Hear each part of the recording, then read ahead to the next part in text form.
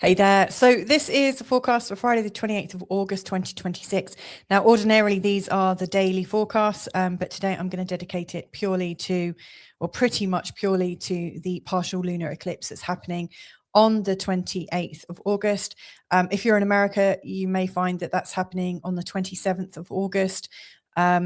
So yeah, it's coming, and it is the last eclipse of the year, and it's a pretty fiery one. Now, if you've listened to my eclipse broadcasts, I had one earlier this year, and I remember talking about this one and saying how fiery it was. And then around the time of the solar eclipse on the 12th of August, I described this one as the crossing. And the more I look into it, the more I absolutely agree that this is absolutely about the crossing. So what I want to do today is take you through my conclusions about this crossing and what it represents, and also talk, as I usually do when I'm looking at new moons, full moons, and eclipses.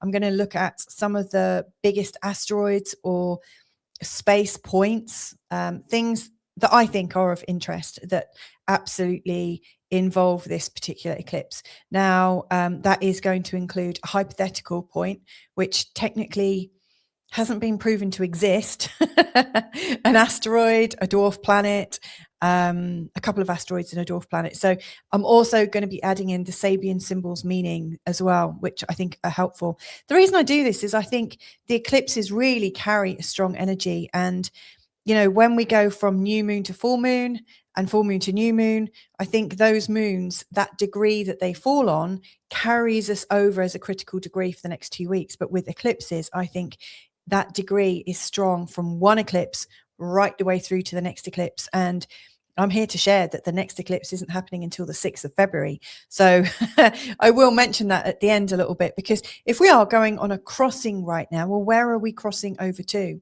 And in fact, in tomorrow's episode, really dedicated to Saturday, I'm actually going to look at all 12 signs of the zodiac. And by signs, I'm talking about ascendant signs. So I'll be taking you from the crossing to the energy of the next particular eclipse. And I actually think we're crossing, we're growing in that period, and then coming to a place of contribution. So that's exactly what I'm going to be talking about. So let's get cracking. If you're new here to this channel, by the way, my name's Louisa. Welcome to Feel Good Astrology. At the moment, my main focus is to deliver my thoughts, my intuitive astrological thoughts, every day. And I'm also teaching astrology in small little micro blocks called 5-Minute Astrology. You can also see those here currently in a different playlist that just look below, you'll find them. All of this is really to share my passion for astrology, you know, from forecasting on the one hand to teaching and learning and sharing. Because I think when we get involved in our own birth charts, and all of a sudden everything clicks, just clicks into the place. I also teach, and where I've been teaching this year, what I've noticed is the subjects we're teaching and learning about and sharing and talking about and in conversation with, we start to live through the astrology, the current times. And so that's why I really want to teach and also forecast, because I think you too could live your astrology. And that's when I think astrology gets really magical. So they're my thoughts. So anyway, let's have a look at this particular eclipse. Now, I mentioned on Sunday's episode, when I was looking for the week ahead, that this one is pretty spicy, given that the sun and the moon, and also Mercury, sorry, the sun is here, isn't it? The sun and the moon and Mercury are all in a square to Uranus. In fact, Mercury's in a very tight square to Uranus. And given that we're in eclipse season, the end of the eclipse season, we've also got this full moon made into an eclipse because it's happening next to the nodes. So this is a very, very strong time. Now, the nodes make the full moons so much stronger because the nodes are pointing at where we're letting go of things. The south node is really showing us, you know, okay, we've done that now. We're resting on our laurels a bit now. We're not growing, and that's the important thing. The north node is always pointing us in the direction of growth. And of course, we've just recently had the north node going into Aquarius and the south node going into Leo. So not only are we facing in the direction of growth right now with this last eclipse, but we're also reorienting our journey in a new direction. Now, I think that's significant, you know, that these the last eclipse and this eclipse, right in between, the nodes finally changed for good. So, it feels like this is a reorientation. Now, it's also interesting as well because we've had the South Node and the North Node going through the Virgo and Pisces axis. And in my community last night, we had a hangout about the eclipse. And during the conversation, somebody very helpfully mentioned that actually, once this eclipse is over, Pisces is really, really clear. You see, not only have we had very recently, for the last 18 months, the North Node going through Pisces, but we've also had until very recently, we've had Neptune for 14 years going through Pisces, and Neptune went into Aries finally earlier this year. We also had, I would say, a pretty tough time with Saturn going through Pisces, and in fact, Saturn and Neptune were exactly together in a conjunction in the sign of Aries on Valentine's Day. So, they finally both shifted out of Pisces. But of course, we still had the North Node going through here. So Pisces has really taken a hit for a long time. And subsequently, Virgos have felt the energy of it too, because if you've got your sun in Virgo, if you've got an angle in Virgo, in particular, if you've got your ascendant in Virgo, you would have had Neptune, not easy, Saturn, definitely not easy, and the North Node showing you challenge. And that would have been in your opposite sign. That can create all sorts of projections and maybe a feeling that everything outside of yourself is either confusing, unclean.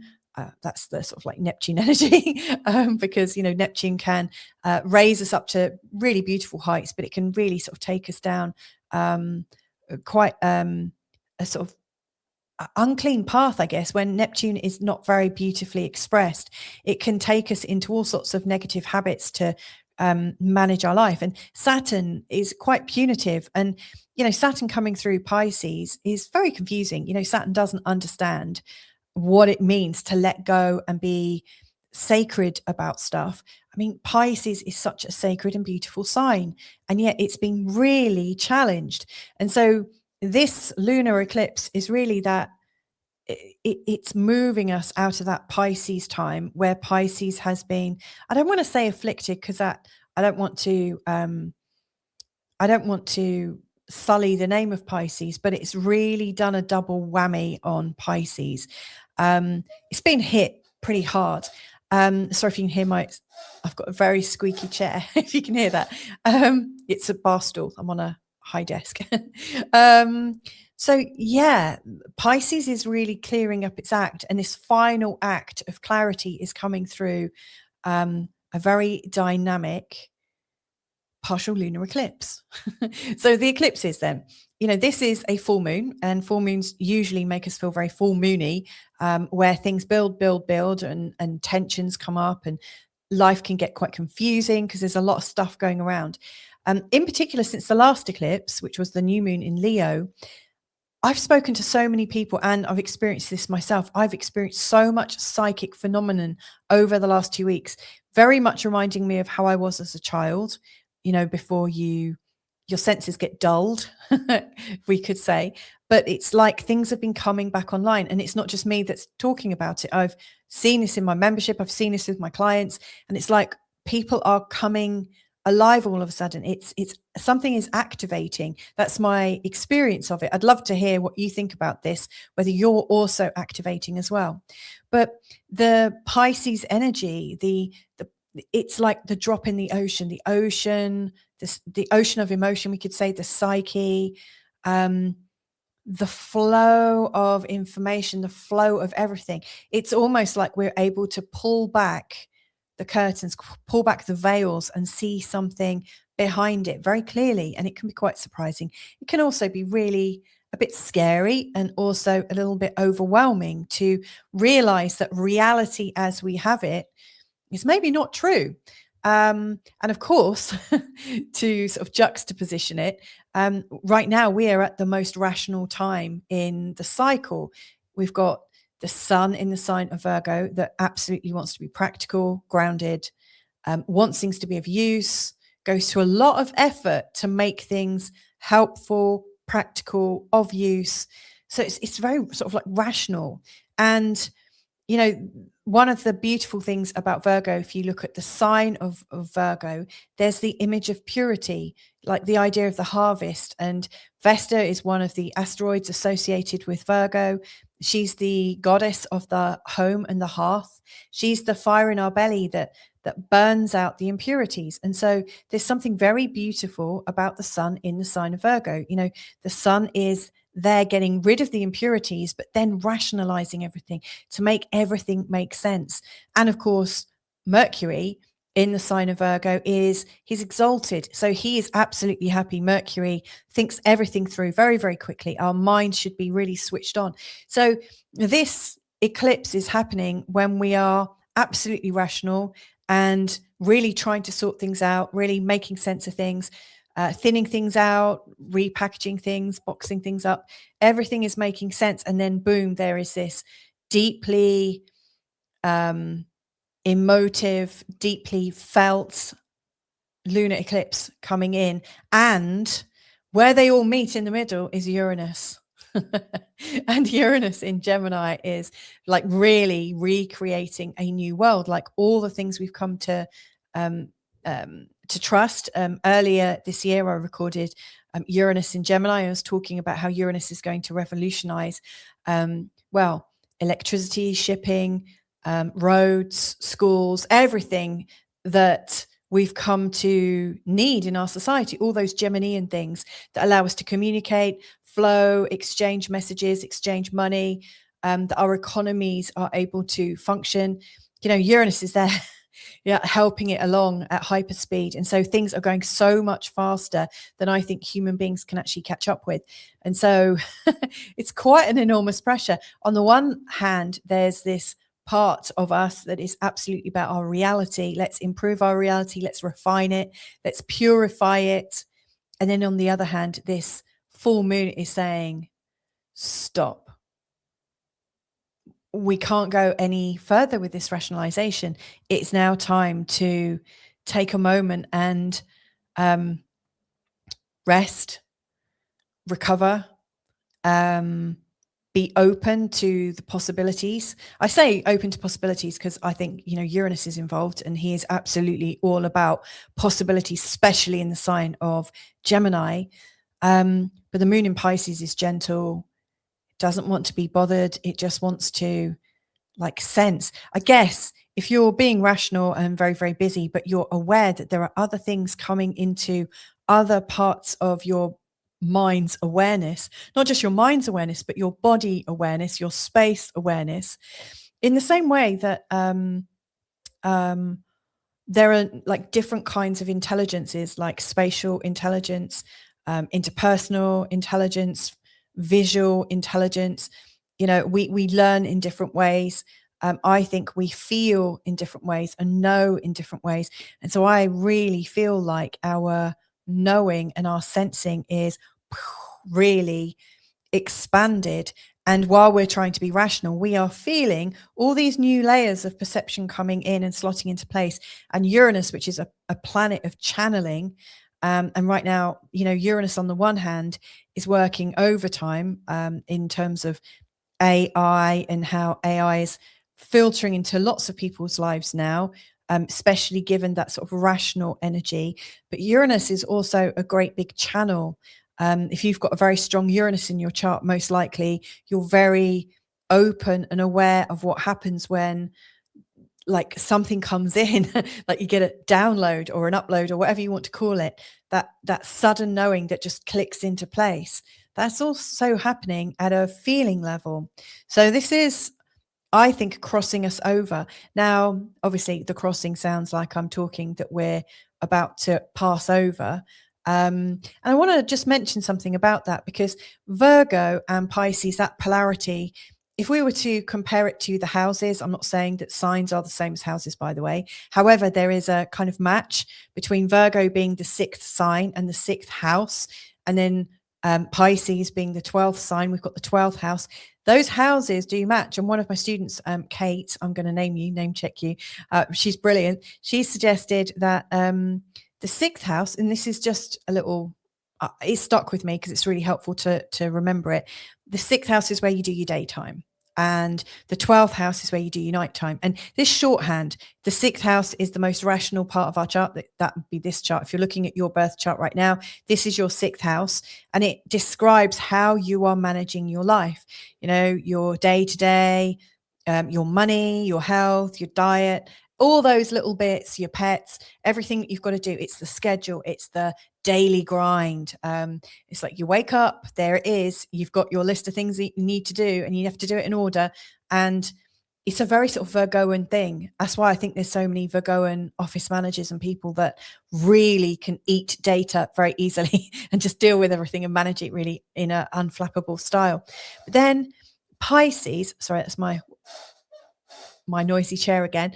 We've got Pisces is very much like the 12th house. And if you've learnt about the houses, the 12th house is that place where we go to unwind.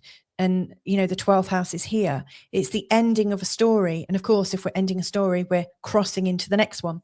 So, this is a place where we're building our life and building our story about ourselves. And we know who we are because we do this, this, this, and this. And on Mondays, we go to gym. And on Tuesdays, we do aerial silks. And on Wednesdays, I don't know, we go to a sound bath or whatever. We all have these different things that we do. But the 12th house is where we're taken out of time and space. And so it's associated with hospitals, it's associated with prisons, it's associated with retreats, it's associated with hibernation. But every day we go to bed, right? Or most of us do, I'm guessing. We go to sleep. And that is when do we come out of our bodies? I don't know. Does anyone know what happens when we sleep? But we come out of our daily grind, like we close our eyes. And then we've got some silence for a while. So this lunar eclipse is bringing us into the eternal silence and away from the continuous noise. And I love the sound of that. So I do think it's dramatic. This is the last eclipse in the sign of Pisces for quite a long time. The North Node has an 18.9 year cycle. So it's going to be, well over a decade before it's going to come anywhere back near this part of the chart. So Pisces, if you've got some Pisces in your chart, I've got two things. That Pisces side of you right now is going, oh, God, I can just rest. Hallelujah. Just feels heavenly. So yeah, this is bringing us into a change where we have the silence, but now what are we going to do with it? What are we going to do with this opportunity to rewrite the story of our life, without all the hustle and bustle? So given that, I don't know what kind of changes could come in worldwide. Whatever is happening, I'm thinking they could be quite shocking because Uranus is primed to just like really shock us. I've noticed there's been quite a few earthquakes. I don't religiously watch them necessarily, but I do notice things that are slightly out of character. And, there are people that look at storms and earthquakes and things like that, natural disasters that happen in between eclipses and 2 weeks before they start and 2 weeks after they start. And, there's been quite a few rumblings in Spain and Portugal, where I live, which is unusual. And then there was a devastating occurrence in Nepal yesterday. Again, I don't want to say, oh, astrology caused this, but I observe the patterns, and it's interesting that the patterns really drastically shift around the time of eclipses, as if it's not just humans that are feeling restless, but that the earth itself, we're all inhabiting this field together, I believe, like a field of energy. And so there's a restlessness, there's a shaking up effect.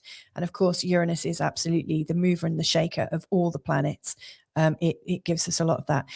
And maybe we can pace it out a little bit. I mean, right before the eclipse comes along, what's happening and what's happening straight after. So I always find that a little bit interesting. So earlier this week, we've had both the Sun and Mercury make a conjunction with the South Node, and that's teaching us where our roles and what we know are being shaken and dislodged. Like we're taking on a new role and we have to let go of something. There's something better coming for us. We're challenging ourselves in a new way. We've also got the advancement, like the Sun and Mercury are coming into a square with Neptune. We've also got the Sun, the Moon that makes a conjunction with the North Node, then comes into this exact eclipse. And then after that, the Moon is going to make an opposition to Mercury, and then it's going to make an exact square to Uranus. And then, interestingly, is moving into a square with, a trine with Mars. And so it's like it's a very dynamic lead into this eclipse. And then immediately after, the Moon in opposition to Mercury, it's like, whoa, information and energy overload, followed by that exciting square with Uranus that is quite disruptive. And then the trine with Mars, when there's a lot of energy release. And we're leaning against an open door there. There's like no resistance. So that's interesting. Let's have a look now at the asteroids. Now, we were discussing this last night in the community hangout. If you're interested in having a look at that community hangout, just come and join my school community. You can click on the QR code above, or you can click on the link that's in the video, and it will be at the bottom of this screen at some point. But we had a conversation about the sword of Damocles, Astraea, and Trans-Pluto Isis in particular. And it's just like fascinating when you look at the extra archetypes going into this, so I've been talking about this for a long time as this is the crossing. When you also consider that Damocles is right above the Moon at the time of the eclipse. Damocles is a really interesting asteroid and not very well known. But the story of Damocles, you might have heard of the sword of Damocles. So the story, just to quickly put it in a nutshell, King Dionysius had a great life, looked very good. Damocles came to visit and was saying, wow, King, you've got a great life. Look at your beautiful robes. Look at that amazing food and drink. You have everything. I wish I could be the king for a day. And King Dionysius was like, okay, come on then, let's swap roles. And so Damocles got to be the king for one day, and he was enjoying his new robes and stuff. Then all of a sudden he looked above and he saw this massive sword right above his head, and it was supported. It was hanging in the air on a horsehair. I mean, can you imagine the sort of fear that came over him?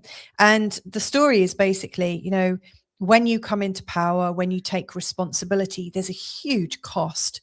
And yes, you can have a great life, and yes, you get lots of riches and all sorts of opportunities from taking on these extra responsibilities. But don't be fooled that it's easy street. You've got the sword of Damocles hanging right over your head, and not everyone can step into their greatness, understanding that that sword is dangling over them. And, to me, that sword represents the fear that all of this could end.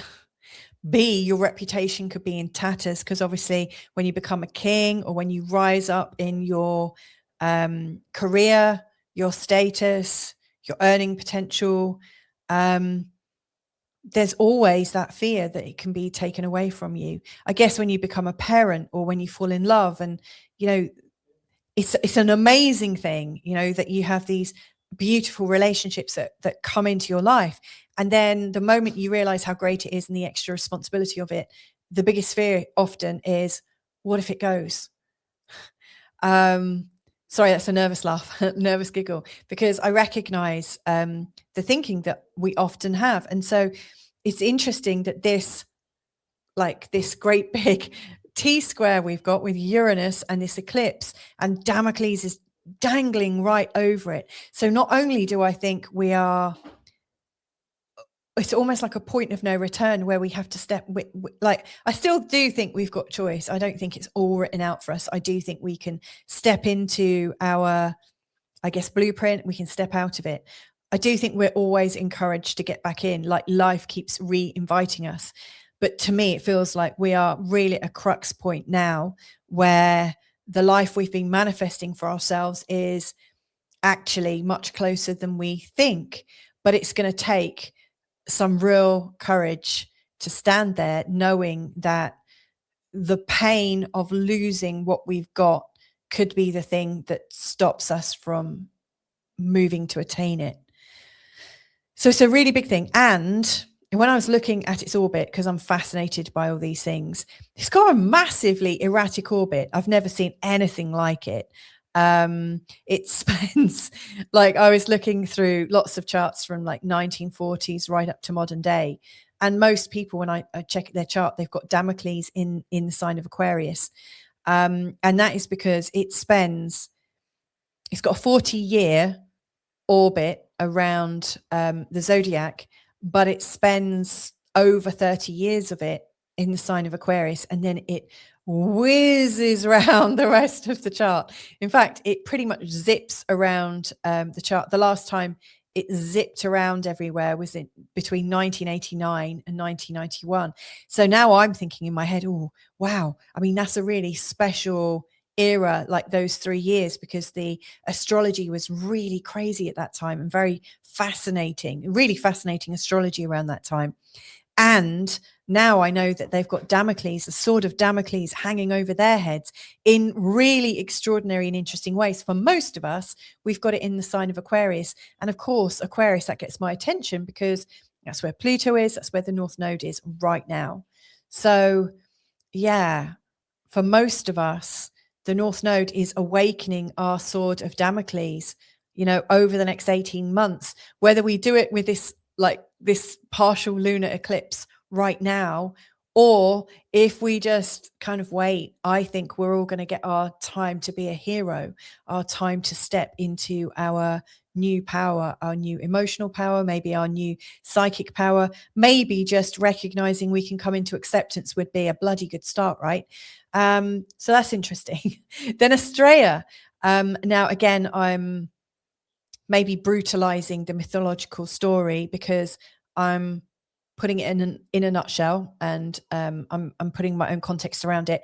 Estrella, she was the last of the gods and goddesses to. Sorry, again, that's my squeaky chair. I need to get a new one. I say that in case you're thinking I'm farting while I'm doing this. So she was the last of the gods and goddesses to leave Earth for Mount Olympus, and she really believed in humanity, and she was holding out for humans to pull themselves together and to do something really miraculous and good and be great. However, she didn't see any evidence of it, and in the end, she left because ultimately Estrella has purity and goodness, and she recognized that humanity was kind of driving it out of her, so she left. But it was kind of, she was kind of peeved about it. She really believed in humans and they just weren't up to the job. So it's interesting that "Are we up to the job?" is coming up at the same time as Damocles is saying, "Step into that role if you dare." I think that's fascinating. Then we got Gong Gong, who I don't know too much about, because Gong Gong is, it's one of these dwarf planets. However, I was gifted this amazing book from Alan Clay, and I've interviewed him a couple of times. And if you search my channel and you put in Alan Clay, you'll find my interview with him, my 2 interviews.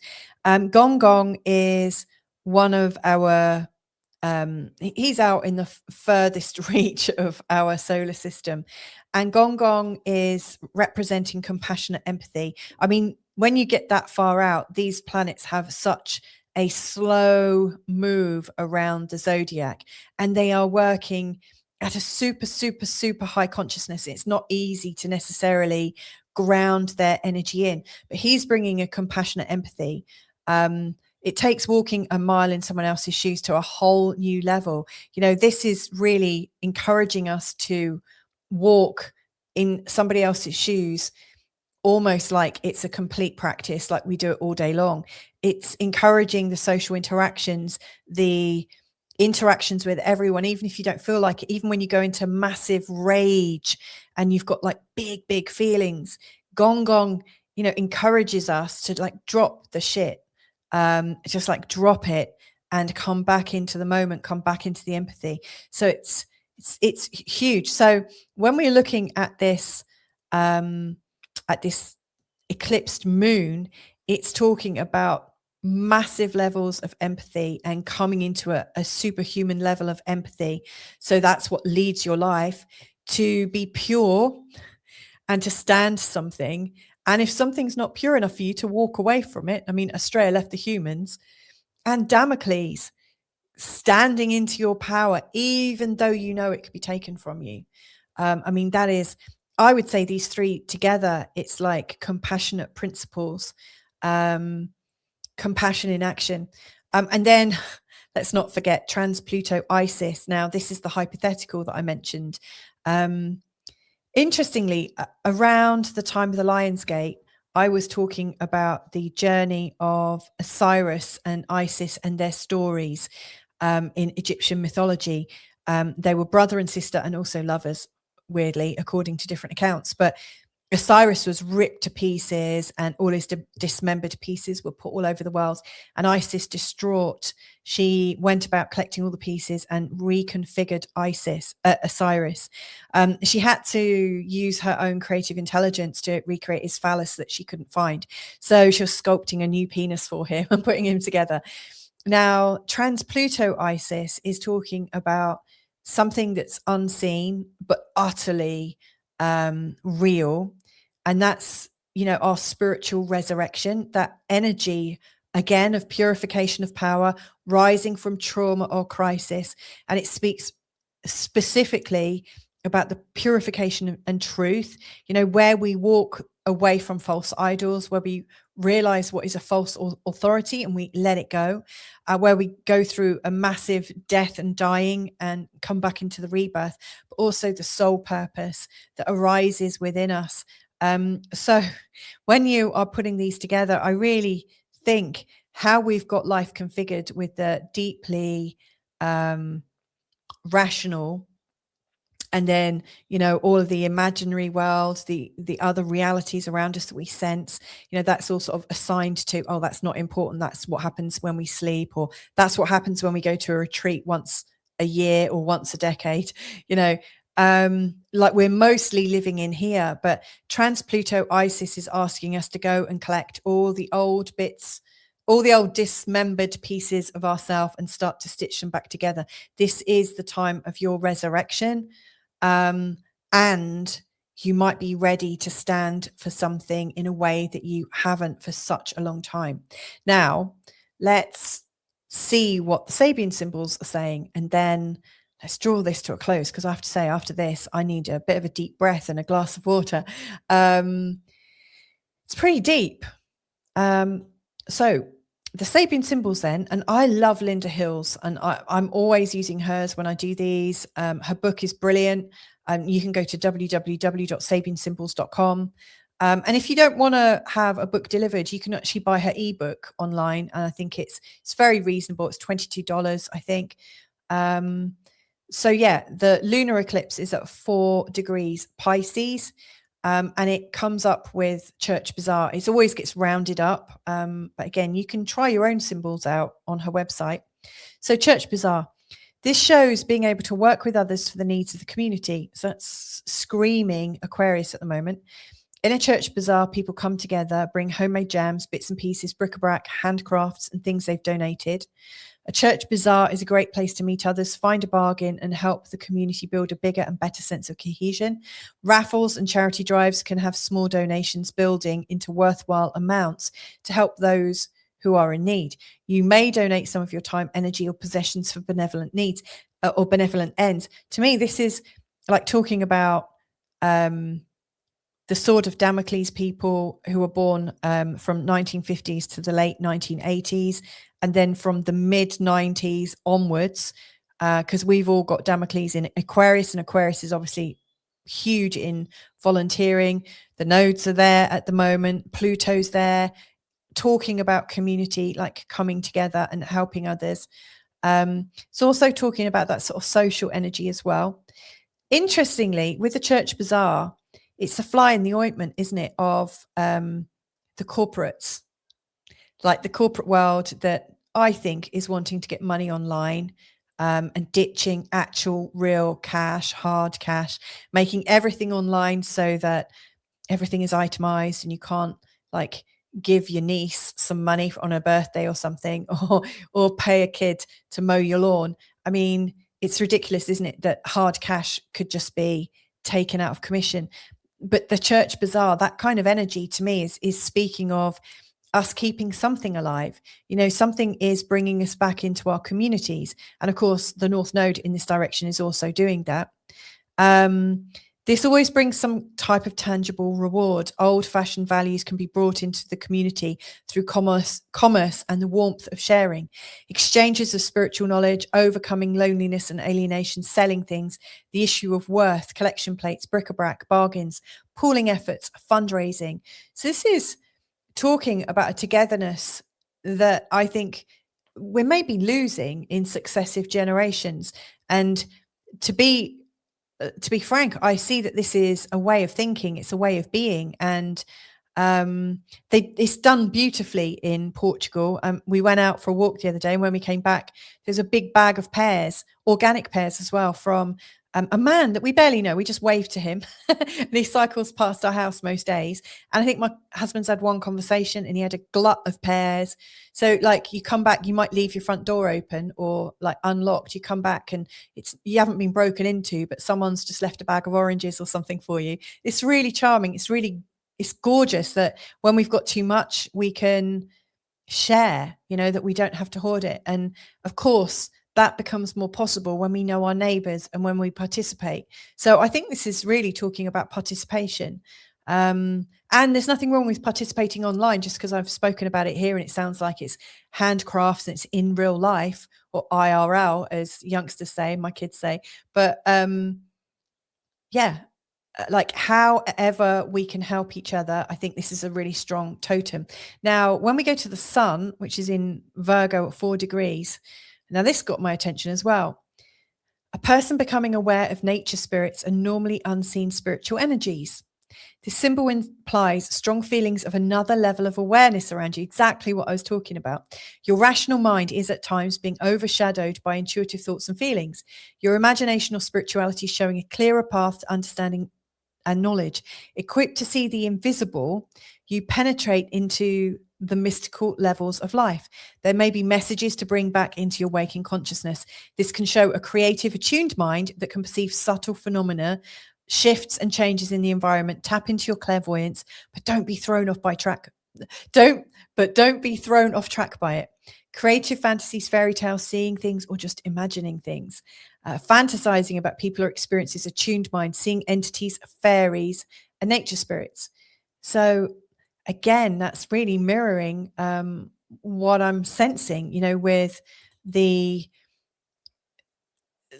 field of energy, the fact that this lunar eclipse is in the sign of Pisces. We've got Gong there. We've got Uranus waking us up, trans-Pluto, Isis. We're piecing ourselves back together. And maybe if we find that inner child, that child that believed in things, and that gets kind of stitched back in together with your whole self. So that, to me, this is really talking about wholesomeness.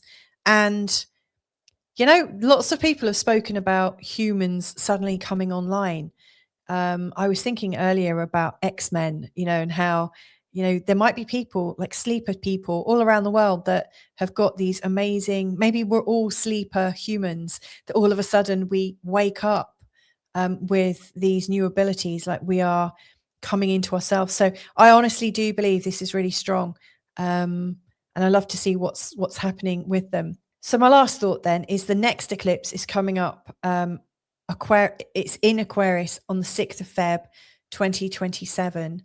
And it's really taking us on this journey. See, by that time, Mercury's actually at this eclipse point that we're at right now. And the next one is happening at 17 degrees. Now, this is the part of the chart that I'm going to be talking about in the all 12 signs of the zodiac forecast. Just before I tell you about that, I'm releasing 2 5-minute astrology micro sessions with this session right now. And the first one is how to use the ephemeris, just a very short 5 minutes. So if you're new to astrology and you want to start investigating your own astrology, now's the time. I've got a whole playlist that will take you through the first 10 episodes of everything you might need to know, just like really bite-sized learning. How to use the ephemeris. And then the second one, which is episode 17, is helping you plan your next 6 months to be able to follow the sun through the houses of your birth chart. And it's a simple process, and I just describe it in less than 5 minutes, but it's helping you do sun mapping on your chart. And that dovetails really nicely into the all 12 signs forecast that's coming out in a day, where I look at all of the journeys, the Aries, Taurus, Gemini, right the way through to Pisces, the journey that you're on right now from this eclipse right now to the next one. So there you go. I think that's me spent now. I need to let go of this and wish you a beautiful journey through this eclipse season and into the next. And who knows what great thing, what great gift you've got that's about to emerge. My sense is humans are about to get quite fabulous. So lots of love to you wherever you are. Take care and speak to you soon. Bye for now.